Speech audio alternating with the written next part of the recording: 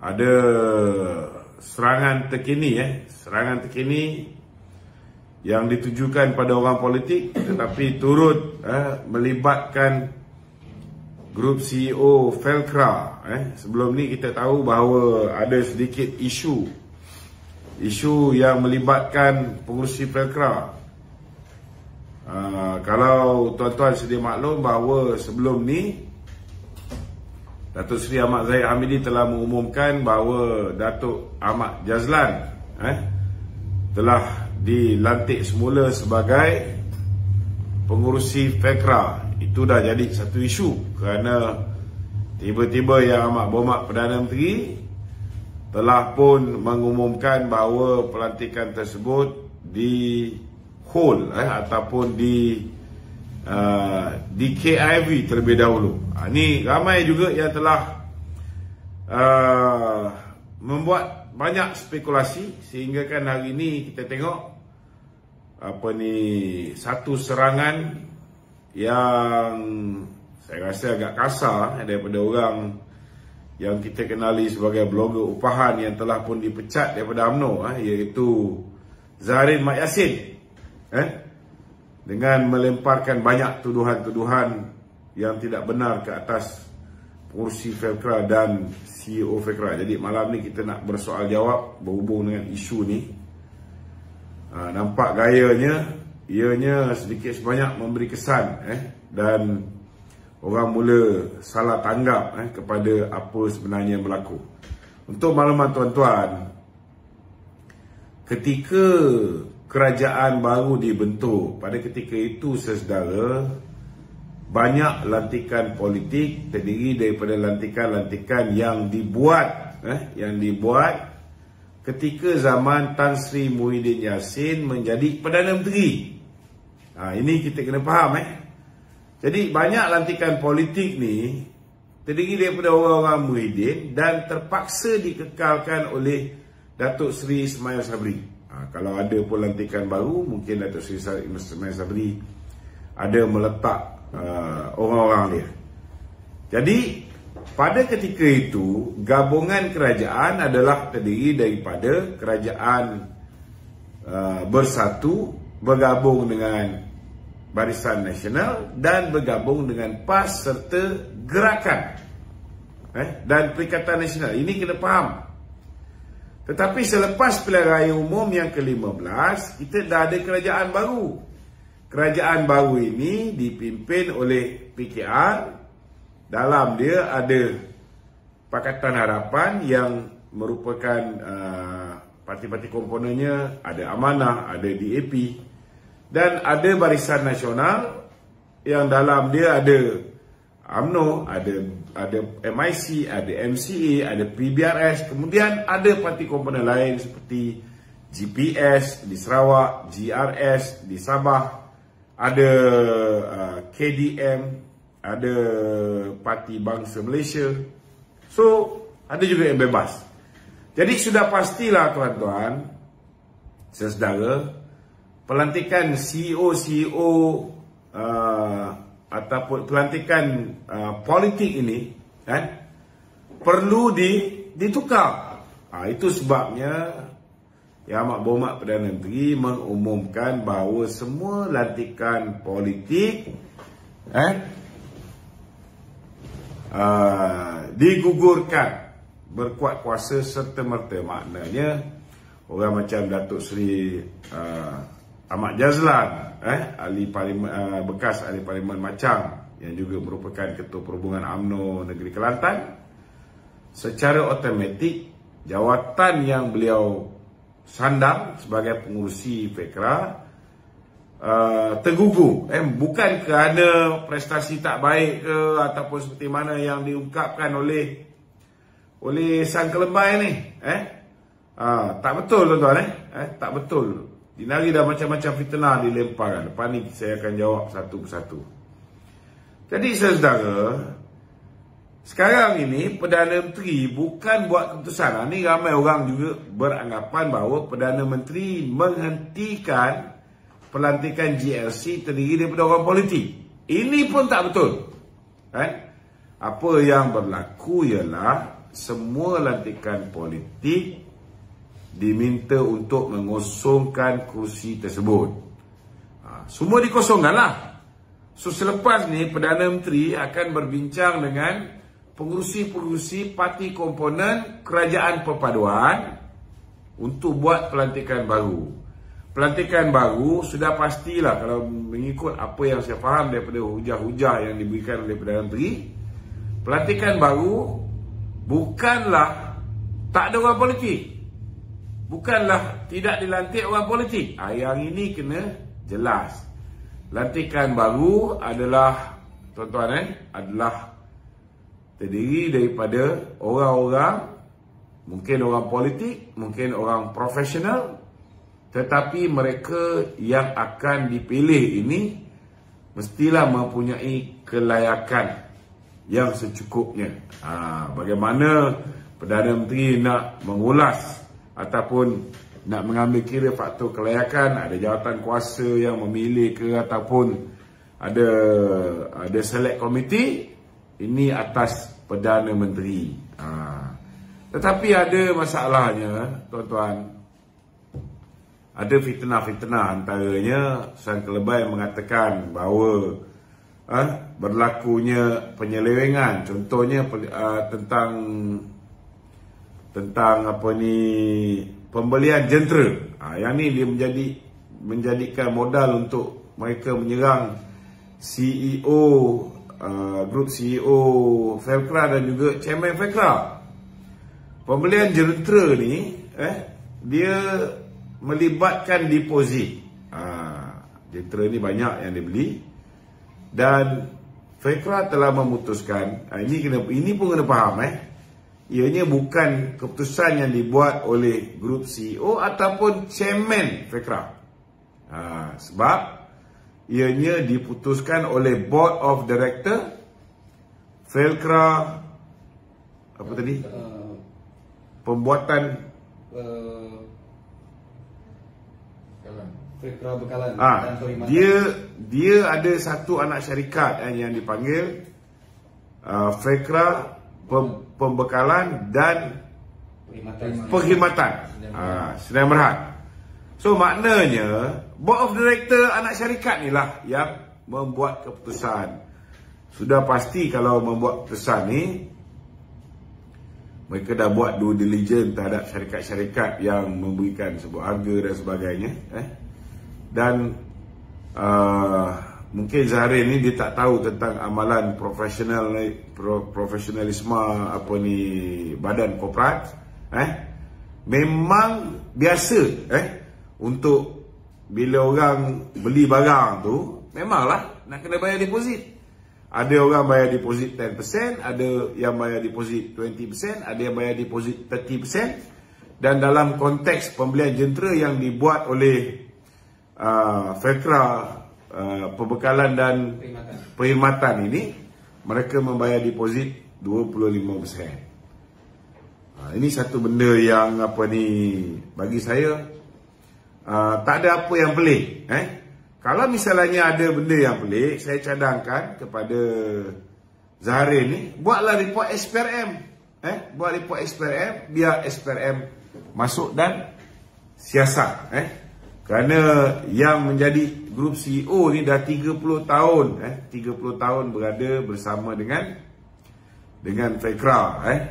Bukan bodoh lah orang yang berpelajaran. Dia start pun daripada penyelia Felcra. Dia naik daripada bawah dah 30 tahun. Sudah pasti dia tahu tentang SOP-SOP yang perlu dipenuhi sebelum membuat sebarang bentuk pembelian. Begitu juga dengan tuduhan tentang pengambilan pekerja asing. Ada yang mempertikaikan bayaran sebanyak 29 juta kerana mengambil 5,000 orang pekerja asing. Itu sebabnya sebelum cakap tu, study lah dulu berapa harga pasaran. Harga pasaran untuk membawa masuk pekerja asing, termasuk bayar levy, bayar apa lagi ni, Fomema, tiket flight, segala macam ni semua. Satu pekerja asing ni dia paling kurang pun 6,500, 7,000 lebih. Paling kurang untuk seorang pekerja asing. Jadi yang Fekra employ ni lebih kurang 5,000 orang, tuan-tuan. 5,000 orang ni kalau dibagi dengan 29 juta, 29 juta bagi dengan 5,000 orang. Satu orang baru jatuh 5,800. Maknanya below market value, antara yang termurah. Saya rasa kalau bagi dekat Sang Kelembai ni pun, dia pun tak boleh deliver kerja ni. Dia pun tak boleh deliver kerja ni. Jadi sebelum cakap tu, buatlah homework sikit. Buat homework sikit. Lagi apa tuduhan-tuduhan yang diberikan terhadap ni? Ada yang mengatakan bahawa anak beranak. Ada yang kata dia melantik anak beranak. Memang betul ada seorang daripada anak CEO ni bekerja dengan Fekra, tapi dia dah bekerja dengan Fekra 10 tahun. Masa anak dia tu nak masuk Fekra, Fekra ni bukan kecil punya syarikat, tuan-tuan. Dia kena melalui proses interview dan sebagainya, dan bila ada sebarang kekosongan, sudah pastilah pemakluman ini dimaklumkan kepada semua kaki tangan. Dan memang biasa kaki tangan Fekra, bila dia tahu ada kekosongan, mereka akan beritahu pada anak beranak mereka juga untuk cuba untuk memohon. Tetapi akhirnya sebelum pelantikan dibuat, ianya sudah pasti akan mengambil kira qualification, sudah mengambil kira kemampuan dia orang tu. Kemudian mereka akan diinterview, ditemuduga dan sebagainya. Dan belum tentu jika mereka mempunyai hubungan kekeluargaan dengan mana-mana pegawai di dalam Fekra, mereka boleh mendapat kerja. Yang pasti 10 tahun yang sudah, bukan CEO sedia ada yang menjadi CEO. Ini nak kena faham. Jadi Zahrin, kita cadangkanlah.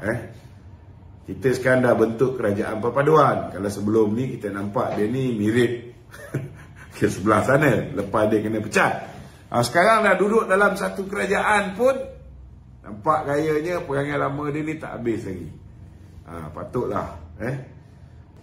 Okey tu, kenapa tiba-tiba tu yang amat berhormat Perdana Menteri Anwar Ibrahim menangguhkan pelantikan Ahmad Jazlan tu? Adakah ini semata-mata disebabkan oleh laporan oleh Sang Kelembai itu sendiri tu?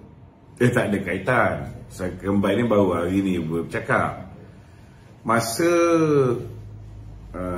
Perdana Menteri, Perdana Menteri mengambil keputusan untuk meminta kursi-kursi lantikan politik ni dikosongkan. Sebab dia dah dapat report bahawa Muhyiddin dah letak orang dia dan sebagainya adalah terdiri daripada mereka-mereka yang menyokong kerajaan lama. Jadi sudah pastilah bila dia ambil alih, dia kena buat pelantikan baru. Bila nak buat pelantikan baru, pertama sekali kena kosongkanlah semua. Tak bermakna Datuk Seri Ahmad Jazlan ni.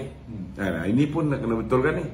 Si Sang Kelembai ni dia membelasah Nur Jazlan. Nur Jazlan ialah ketua UMNO bahagian Pulai. Yang menjadi pengurusi Fekra ni ialah Ahmad Jazlan. Ini pun dia tak faham. Ini pun dia tak betul fakta dia. Jadi memang semua orang kena kosongkan. Cuma mereka, yelah, kita kena terima hakikat lah. Datuk Seri Anwar Ibrahim ni, dia first time jadi Perdana Menteri, dia kena lebih careful. Nak membuat lantikan pengurusi JLC ni, sudah pastilah dia pertama sekali dia minta daripada semua parti politik mengemukakan nama-nama dia. Sudah pastilah di bawah setiap kementerian, ada kementerian dijaga oleh UMNO. Maka nama-nama sudah pastilah orang-orang UMNO yang mungkin akan dikemukakan untuk mengisi jawatan-jawatan tersebut di bawah kementerian yang menterinya UMNO. Kedua, contohnya kementerian yang di bawah menterinya DAP, maka mungkin senarai itu datang daripada DAP. Kemudian yang amanah, kemudian yang PKR. Dah ada senarai semua sekali, mungkin baru dia nak buat secara serentak pelantikan ni. Nak pastikan tak ada yang tertinggal, nak pastikan yalah, kena faham kita kerajaan ni bila berkongsi kuasa, dalam tu ada PKR, ada Amanah, ada DAP, ada UMNO, ada MIC, ada MCA, ada PBRS, ada GPS, ada GRS, ada KDM, ada PBM. Ada banyak parti komponen. Jadi kalau kita buat pengumuman, tiba-tiba kita tak perasan ada nama-nama lain yang tercecik, kecil hati dan apa semua sekali. Pertama sekali nak kena pastikan bahawa ahli-ahli parlimen yang tidak ada jawatan ni pun kena fikir juga di mana nak letak. Nak letak pula tu kena pastikan orang tu mempunyai kemampuan. Kena selidik lagi. Kita tak nak berlaku macam lepas-lepas. Bila kita letak orang politik, dia tidak ada kemampuan, akhirnya DLC tu berhadapan dengan kerugian. Akhirnya berlaku penyelewengan, akhirnya berlaku dengan macam-macam isu. Mungkin kalau ada ahli parlimen yang bermasalah dan sebagainya, perlu diletakkan di tempat yang kurang risiko untuk dia mendatangkan lebih banyak masalah. Benda-benda macam ni perlu dipikirkan oleh Perdana Menteri, dipikirkan oleh Timbalan Perdana Menteri dan dengan cabinet members. So bukan satu perkara yang mudah untuk terus dibuat pelantikan tu. Itu sebabnya pelantikan Dato' Seri Ahmad Jazlan itu ditangguhkan dulu supaya benda tu berlaku serentak. Saya nampak Dato' Syah Anwar nak buat benda ni serentak. So dalam tempoh 1 bulan 2 bulan dia susun dulu nama. Okey. Jadi tu maknanya naratif orang nak mengatakan bahawa maknanya Dato' Seri Ahmad Jazlan ni telah dipilih oleh Presiden UMNO tu. Ya. Adakah naratif orang mengatakan bahawa mungkin ada takisan oleh Perdana Menteri untuk sudah pasti benda ni kena bawa dalam perbincangan. Mungkin yalah, kita pun biasa memerintah secara bersendirian. Biasa kalau kementerian tu di bawah kita, maka kita lah yang akan menentukan siapa duduk kat GLC tu, siapa chairman dan sebagainya. Tetapi sekarang ni kita dah berkongsi kuasa. Bila berkongsi kuasa ni mungkin akhirnya kena bawa dalam perbincangan Majlis Presiden terlebih dahulu. Ini antara benda-benda yang biasa berlaku bila kita berkongsi kuasa. Malaysia ni tak mempunyai pengalaman dalam soal berkongsi kuasa. Kita cuma berpengalaman semenjak 2018. 2018 perkongsian kuasa bermula bila mana Pakatan Harapan berkongsi kuasa dengan Bersatu, dengan PKR, Amanah dan juga DAP. Kemudian lepas 22 bulan berlaku pula perkongsian kuasa di antara UMNO, Bersatu, PAS, Gerakan dan rakan-rakan mereka. Sekarang perkongsian kuasa lain pula. So masing-masing belum biasa dengan keadaan berkongsi kuasa ni. Jadi kemungkinan besar last kali mereka nak table up, dah ada senarai penuh, baru mereka akan buat keputusan secara bersama. Okey? Itu sebab di KIV kan dulu. Ada dengar awal lain dilantik-lantik, belum lagi kan? Setakat ni belum lagi. Belum lagi. Itulah sebab dia. Jangan buruk sangka. Okey? Okey tu. Kalau kita lihat pelantikan CEO Petra ni, Datuk Mat Roni Zakaria ni kan. Siapa nama dia? Datuk Mat Roni Zakaria. Mat Roni. Dia dilantik CEO baru Petra. Kan, kalau kita lihat kenapa blogger Pahan ni kan tak nyatakan kelebihan-kelebihan yang dia buat selepas beliau jadi CEO. Antaranya kalau orang nak menyerang, memang dia tak nyatakan. Kalau kita lihat keuntungan Petra bagi tahun yang kita bayar dividen pada Petra bagi untuk dibayar pada tahun 2022, beliau naikkan daripada tahun 2020 159 juta. 2021 ni 272.75 juta. Banyak Almost 200% kenaikan yang beliau buat. 159 pada 259 pada 272. 270. Dividen yang dibayar tak sampai 100% lah. Tak sampai sekali ganda lah. Dividen yang banyak pada ni. Pada ni. Maksud antaranya beliau mulakan program-program untuk membantu kerajaan menjamin keterjaminan bekalan makanan ni kan. Bahan makanan antaranya inisiatif produk santan sawit. Produk santan sawit, dan seterusnya Felcra mengeluarkan belanja sebanyak 60 juta melalui kerajaan, sediakan oleh kerajaan untuk buat ladang untuk membekalkan 3.6 juta untuk ayam ni. Kenapa benda-benda ni tak disebut? Kenapa sebut benda-benda kecil yang macam dia biasa bila orang nak menjatuhkan kita, kan? Dia biasanya kalau Zahir ni belakang ni adalah orang upah dia, kan? Sudah pastilah dia akan highlightkan benda-benda yang boleh dijadikan isu untuk dia sensasikan. Benda baik yang dia buat, macam dia naikkan keuntungan Petra hampir sekali ganda, yang itu dia takkan keluar. Dia buat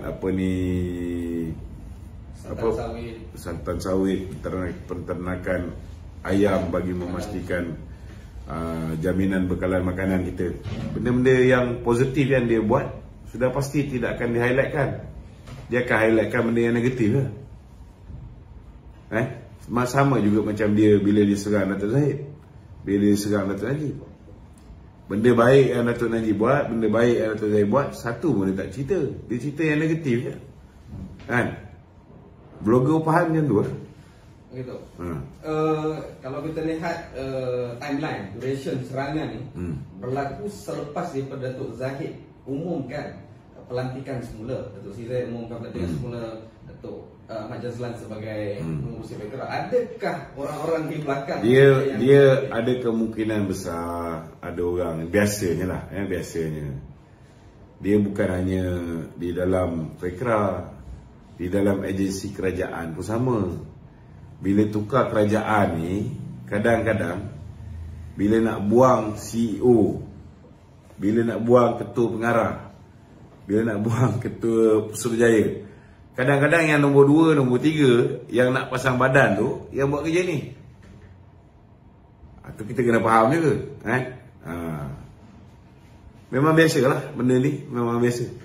So yang mana kita boleh bantu explain, kita explain lah, supaya orang tidak terpengaruh dengan blogger-blogger upahan. Okey? Begitu.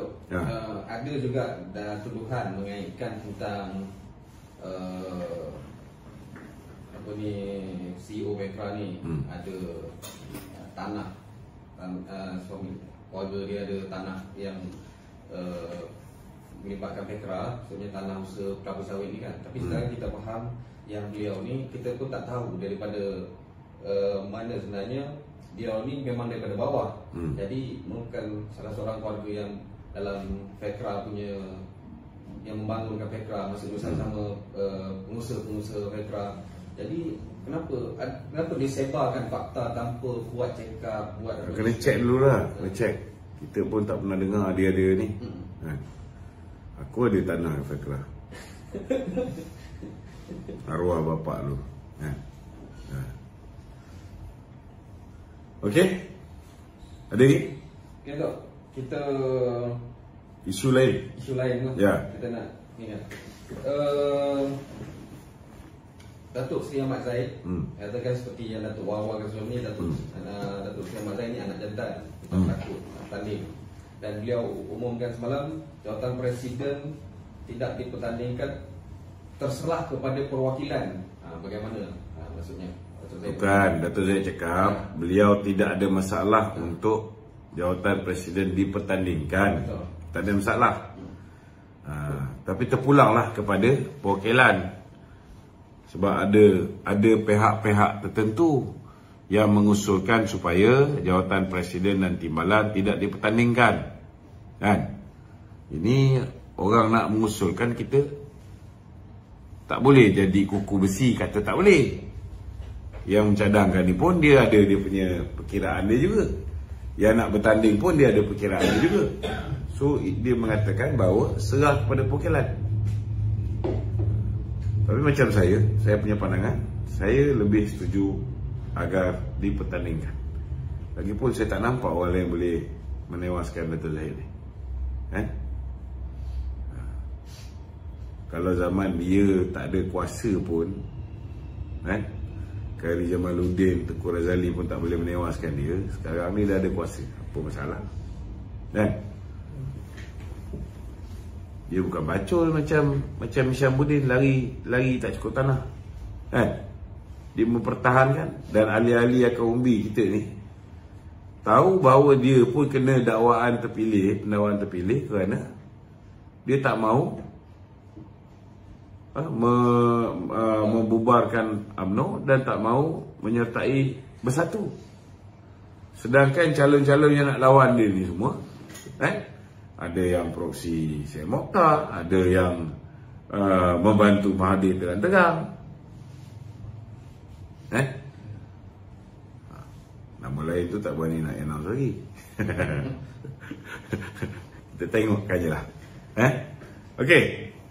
Ada lagi? Yalah, sekiranya pengecut ni yang lari daripada perjuangan, yang lari kita kalah, dia lari, dia tak nak bersama-sama membangunkan semula UMNO ni, terpilih. Sebenarnya apa amaran-amaran yang Datuk Loman nak berikan kepada para perwakilan di PAU ni, supaya apa akan terjadi sekiranya dia, kalau misalnya mereka ni terpilih, mereka akan bawa parti kita UMNO ni untuk bekerjasama dengan Bersatu, bekerjasama dengan PAS balik. Kita bukan tak pernah bagi peluang untuk Bersatu dengan PAS bekerjasama dengan kita. PAS pun tak pernah maaf ataupun ampunkan PAN, tapi UMNO dah maafkan dan ampunkan Bersatu. Malah kita, walaupun ada 42 kursi, ketika tu dia ada 32, daripada 32 yang betul-betul menang atas tiket ni 5 orang je. 16 dia curi daripada UMNO, 9 dia curi daripada PKR. Kita bagi dia jadi Perdana Menteri.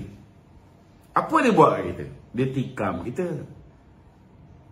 Dia bully kita. Dia tahan duit UMNO. 3 kali mahkamah putuskan suruh pulang, dia tak nak pulang. Pemimpin kita, bekas presiden kita, presiden kita nak disumbatkan dalam penjara. Janji nak bagi jawatan timbalan Perdana Menteri, tak bagi. Sampai dia dah nak mati baru dia nak bagi. Menteri-menteri kabinet kita lagi ramai daripada dia, patut kita dapat lebih. Dia tak bagi kita lebih. Kualiti kementerian yang dibagi ke kualiti cap ayam, kecuali Menteri Pertahanan je lah yang okey sikit. Yang lain, termasuk PAS pun, kementerian yang paling junior, iaitu Kementerian Sains, Teknologi dan Alam Sekitar, di bawah UBY dulu, DAP, wanita muda, dibagi 3. Satu bagi dekat apa ni, Tuan Ibrahim Toman jadi Menteri Alam Sekitar. Satu bagi kat Khairi Jamaluddin, bekas Ketua Muda UMNO, jadi Menteri Sains dan Teknologi. Satu bagi kat Samsuan Nasara, Ketua Penerangan UMNO, jadi Menteri Tenaga. Itu cara dia menilai kita. Bila sama-sama di Pilihan Sabah, dia tikam kita daripada belakang. Macam mana kita nak percaya kat orang macam ni? So takkan kita nak bagi lagi peluang untuk mereka ni kerjakan kita balik? Apa guna kalau kita katalah mereka setuju, sebab dia orang dah desperate sekarang. Hamzah Zainuddin pun dah cakap mereka sedia nak kerjasama dengan BN. Dengan BN. Maknanya pertama sekali kena tukar dululah presiden, letak orang dia. Betul tak? Jadi kalaupun dia bagi kita jadi Perdana Menteri, jangan terkejut. Walaupun kita 30 je, dia orang sanggup. Daripada dia orang berhadapan dengan kes mahkamah, turun naik mahkamah. Yang dia orang takut ni kerana dia orang beranggapan bahawa kita akan buat macam mana dia buat pada pemimpin kita. Ini yang Raja Petra tak faham. Dia kata aku mengumumkan lepas ini apa ni Muhyiddin akan didakwa apa semua sekali, orang PAS akan dakwa. Itu aku beritahu bahawa yang dia orang ni gelabah macam cacing kepanasan, beria bersungguh-sungguh, sanggup keluar duit untuk bantu untuk rampas kursi Presiden UMNO ni, nak bawa supaya UMNO ni presidennya yang merupakan pengurusi Barisan Nasional ada kuasa untuk memberikan sokongan secara en blok kepada Muhyiddin, kepada calon Perdana Menteri daripada Bersatu untuk diangkat menjadi Perdana Menteri. Ni kena faham. So yang dia takut sangat ni, sebab dia takut kita akan buat, maknanya kerajaan baru ni akan buat macam mana dia buat pada pemimpin kita. Dia buat selective prosecution terhadap pemimpin kita. Dia dera pemimpin kita, dia bully kita. Dia takut kita buat macam dia.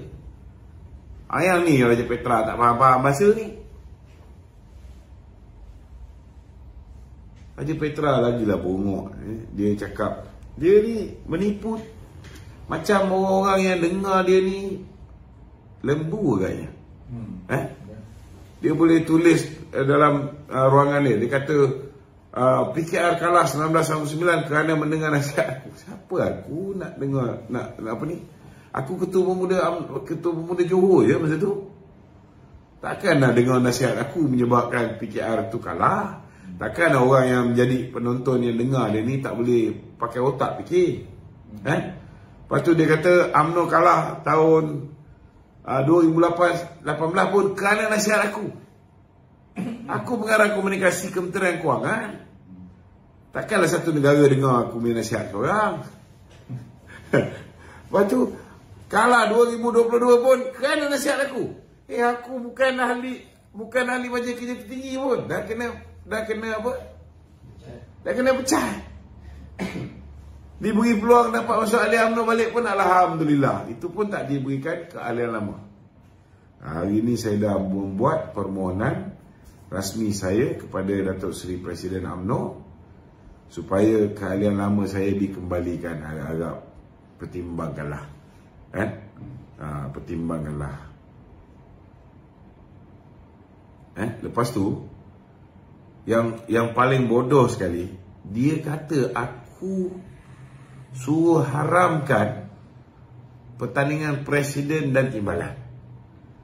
Korang hari-hari dengan kita buat live. Statement saya daripada dulu sampai sekarang ialah kita parti yang mengamalkan demokrasi. Saya berapa kali saya ulang, kita tak boleh menjadi parti kuku besi. Kita kena benarkan supaya pertandingan dilaksanakan. Kalau tak nak ada pertandingan presiden timbalan pun mesti dibawa kepada Perhimpunan Agung Khas. Biar perwakilan memutuskan. Ini selaras dengan apa yang diperkatakan oleh Presiden UMNO. Kalau perwakilan dah kata tak perlu presiden dan timbalan dipertandingkan, nah, kita dah buat macam mana? Ini keputusan badan yang tertinggi parti. Badan yang tertinggi parti apa dia? Perhimpunan Agung UMNO. Bila tidak ada Perhimpunan Agung UMNO, keputusan MKT yang paling tinggi. Ini kena faham. Aku dah bergelumbang dengan perlembagaan UMNO ni berpuluh tahun tau. Semenjak umur 15. Dah 35 tahun dah. Aku tak tahu perlembagaan UMNO. So janganlah buat fitnah kata aku suruh haramkan pertandingan presiden dengan timbalan. Ngarut. Tapi dia ni, orang tua ni aku tengok pun nampak macam dah kubur panggil mari je. Sekarang ni suara dah macam tak apa nak keluar. Pun tak sedar-sedar diri lagi, buat fitnah lagi. Macamlah orang yang dengar dia tu orang yang baca tulisan dia tak dengar apa yang kita cakap. Sekarang maklumat di hujung jari lah, Google je boleh dengar penjelasan kita. Okey, ada soalan lain? Okey, Dok. Ini naik Presiden PAS Langkah Menteri Besar Kedah. Sanusi kata dia mengesahkan ada usaha-usaha untuk menjatuhkan kerajaan yang sedia ada ni. Maksudnya tak semestinya. Dia bukan Sanusi saja yang mengesahkan ada usaha-usaha untuk menjatuhkan kerajaan sedia ada ni, kan? Malah Tuan Guru Haji Hadi juga mengesahkan bahawa Syahbudin Tun Hussein sedang cuba untuk mengambil alih UMNO dan ada kemungkinan mereka akan buat kerajaan itu belakang. Tuan Ibrahim Tuan Man pun juga mengesahkan. Itu sebab dalam laporan disiplin saya kepada lembaga disiplin, hari ini saya sudah pun membuat laporan disiplin ke atas Syahbudin Tun Hussein dan juga Khairi Jamaluddin. Ini saya nak beritahu lah. Jadi lepas ni kita harap lembaga disiplin parti kena start lah jalankan siasatan ke atas Syahbudin dan Khairi Jamaluddin ni, kan? Sebab apa yang Khairi Jamaluddin cakap pun digunakan oleh Sanusi semasa kempen untuk mengatakan bahawa kita ni parti yang dah sesat. Kalau dah orang yang pernah jadi ketua pemuda UMNO yang ada pengaruh yang begitu kuat daripada parti kita sendiri kata UMNO ni parti yang dah sesat, parti yang sakit, is a sick party, siapa nak bagi undi pada kita? So ini satu sabotaj parti, merosakkan nama baik parti. Dikala kita nak berhadapan, dia mula serang tu 5 hari sebelum pilihan raya, sebelum hari mengundi. Belum lagi cerita dia serang presiden lagi, dengan mengatakan presiden ada hubungan dengan Anwar Ibrahim, buat video call dengan Anwar Ibrahim. Ini biar lembaga disiplin parti siasat benda ni, panggil saksi-saksi semua. Kita pun dah bagi semua sekali link-link kenyataan-kenyataan yang dia buat, semua ada dalam YouTube, semua ada dalam Facebook. So tak ada masalah. Nak panggil saksi hidup pun ada. Kita ada ahli bahagian Sungai Buloh. Okey? Begitu. Adakah sebenarnya mereka takut untuk menjadi banduan sebenarnya? Itulah, takut untuk turun naik mahkamah itu satu hal lah, itu salah satu perkara yang motivate mereka untuk berbelanja. Itu yang ada macam-macam langkah. Ada orang kata, tanya dengan saya, betul ke ada langkah London ni? Engkau orang pasti ke langkah London, bukan langkah Dubai. Itu dia aku nak jawab, yang aku tahu maklumat semua banyak berlaku di Dubai, Syahbudin, pegawai-pegawai dia segala macam semua sekali berada di Dubai.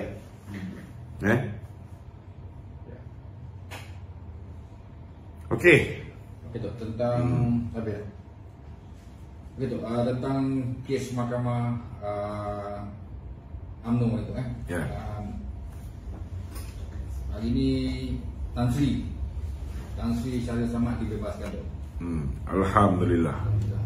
So bila kita tengok dalam ni tu, maknanya tu dia kata dalam proses pendakwaan tu pun dah nampak salah tu, maknanya tangkap dulu baru cari dokumen, baru cari bukti. Betul. Jadi adakah bosku akan mendapat peluang yang sama? Okey, saya punya pandangan, alhamdulillah lah, sekarang ni kita tengok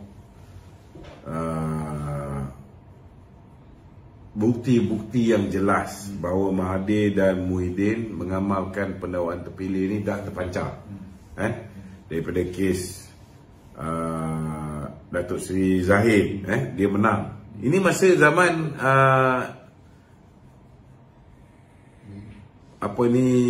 Ketua Kem Negara lantikan Mahathir, Peguam Negara lantikan Muhyiddin. Belum tukar lagi ni. Datuk Zahid dah menang 40 pertuduhan. Kerana hakim sendiri pun boleh nampak berlakunya pendakwaan terpilih. Begitu juga dengan kes yang melibatkan Tan Sri Sharice Hamad. Hakim pun boleh nampak juga berlakunya pendakwaan terpilih. Tidak ikut prosedur, sepatutnya dah siasat betul-betul oleh SPRM, barulah benda ni dibawa kepada Jabatan Peguam Negara. Kalau tak lengkap bukti dan sebagainya, barulah Peguam Negara minta dilengkapkan. Tapi apa yang berlaku, Tommy Thomas ketika itu dakwa dulu, siasat kemudian. Ini jelas bercanggah dengan prinsip undang-undang, dan inilah sebahagian daripada apa yang kita panggil sebagai law of the jungle. Hari ini satu persatu terbongkar, dan hari ini Tan Sri Shafie Abdullah, Peguam Datuk Seri Najib, sudah mengumumkan bahawa mereka telah memfile satu petition kepada satu jawatan kuasa di bawah Pertubuhan Bangsa-Bangsa Bersatu, meminta supaya diadakan semakan kehakiman. Untuk mereka ni melihat bagaimana proses kehakiman ke atas Datuk Seri Najib di peringkat Mahkamah Persekutuan itu telah berlaku secara tidak adil. Kita rasa benda ni mungkin akan dalam tempoh yang singkat pendengaran terhadap perkara ini boleh berlaku, kerana ketika benda ni dibawa ke Mahkamah Persekutuan, banyak benda yang tak munasabah. Contohnya nak bawa Queen Council tak boleh. Contohnya bila tak boleh bawa Queen Council, nak pakai peguam tempatan. Tommy Thomas dalam buku dia sendiri pun kata dia terpaksa pakai DPP daripada luar kerana kes Najib ni file pun berteroli. Maknanya dia pun tahu berpuluh ribu pages yang perlu dibaca oleh peguam Datuk Seri Najib sebelum mempertahankan Datuk Seri Najib. Jadi bila Datuk Seri Najib melantik Peguam Zahid Ibrahim & Co yang diketuai oleh Datuk Hisham Pokteh, so sepatutnya diberikanlah peluang kepada peguam ini untuk membaca dokumen ni. Macam mana dia nak defend Datuk Najib kalau dia tak boleh baca dokumen? Kalau dah peguam negara yang lama pun mengakui bahawa berpuluh ribu pages, bagilah peluang baca, bagilah 2-3 bulan. Jadi bila berlaku tergesa-gesa, itulah peluang untuk Datuk Seri Najib untuk declare bahawa terdapat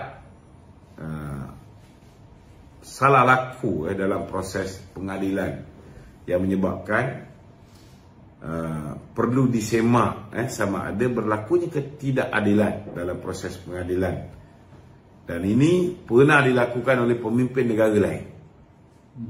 Pernah dilakukan oleh pemimpin negara lain dan dia menang.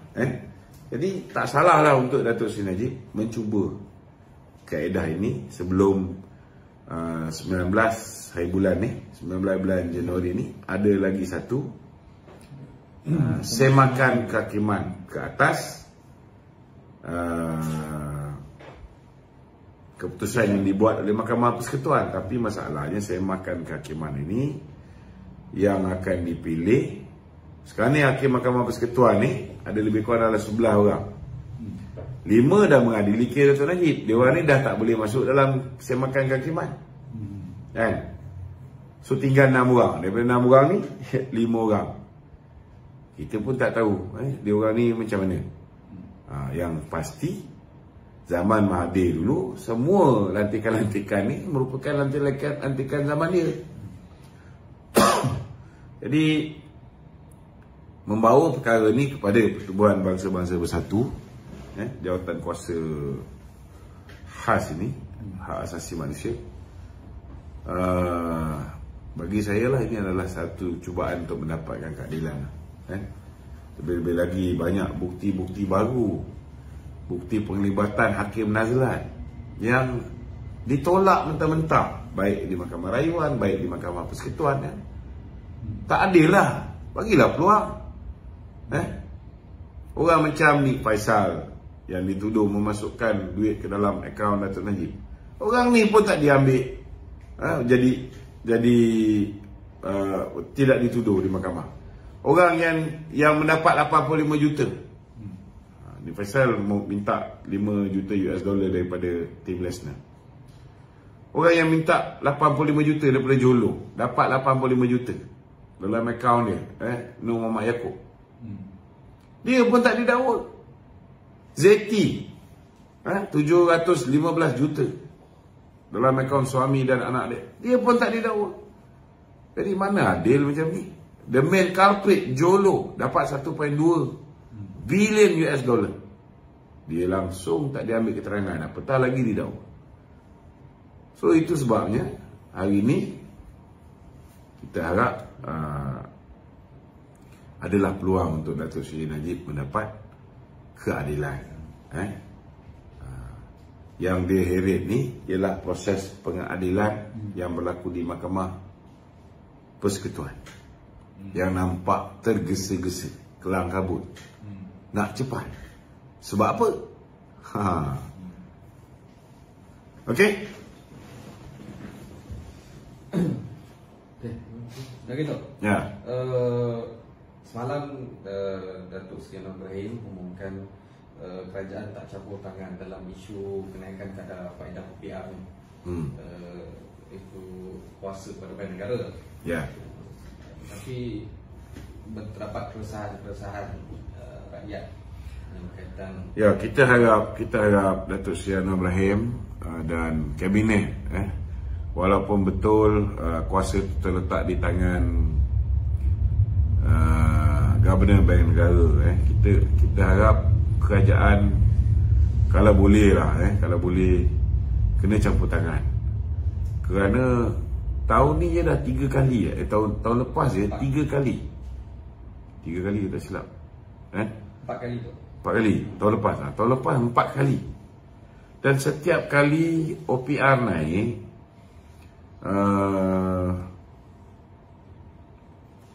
loan peribadi naik, interest rate loan peribadi naik. Jadi kalau contohnya lah, setiap bulan kita bayar 2,000 lebih, hutang bank rakyat contohnya, dia akan naik lagi. Rumah sama juga, bayaran bulanan rumah, pinjaman peribadi. So ini sangat-sangat memberi kesan. Dan bila memberi kesan ini, ianya orang tak marah kat Governor Bank Negara. Orang tak marah dengan Governor Bank Negara ni. Kalau kita lah kerajaan, secara bersendirian dah lama kita tukar Governor Bank Negara yang melindungi ZT ni. Orang tak marah dekat Governor Bank Negara. Tetapi orang akan marah kepada kerajaan. Dan implikasi tu akan kena pada kerajaan. Hari ni dah mula bila kita bagi penjelasan apa semua sekali, orang ada yang reject, semata-mata kerana mereka merasakan hari ini mereka tertekan, harga ayam meningkat, dan telur pun harga melambung tinggi. Dalam melambung tinggi ada yang dapat telur busuk. Ini mainan pengusaha-pengusaha peternakan ayam juga. Tetapi apa juga yang berlaku ketika kerajaan hari ini memerintah, akhirnya backfire tu akan kena dekat kerajaan. Itu sebab saya cadangkan hari ini kerajaan kena ambil langkah-langkah. Ada benda yang dia tak boleh campur tangan pun, kalau boleh campur. Contoh macam Governor Bank Negara punya decision ataupun Bank Negara punya decision, kena campur. Sebab last kali yang kena impact, yang kena getah ni ialah kerajaan. Telur, kalau misalnya pengusaha-pengusaha telur ni masih lagi macam tu, maka kita bawa masuklah telur daripada luar. Kalau nak bawa masuk telur daripada Thailand, mungkin lebih mahal daripada telur tempatan. Kita pergi ke telur daripada Vietnam contohnya, mungkin boleh dapat jauh lebih murah. Kalau tempatan mungkin 50 lebih sen. Kalau telur daripada Vietnam, kita dapat maklumat daripada kawan-kawan yang berurusan di sana, ada yang boleh dapat kurang daripada tu.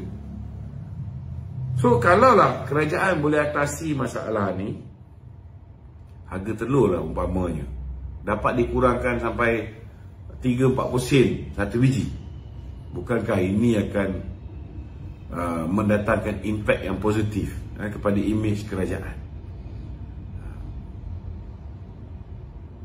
Kalau benda-benda yang tak perlu lagi dieksport keluar, untuk pastikan bekalan tempatan mencukupi dan harga dapat diturunkan. Kalau kita tengok kawan-kawan kita cari telur dekat Kuala Lumpur punya susah.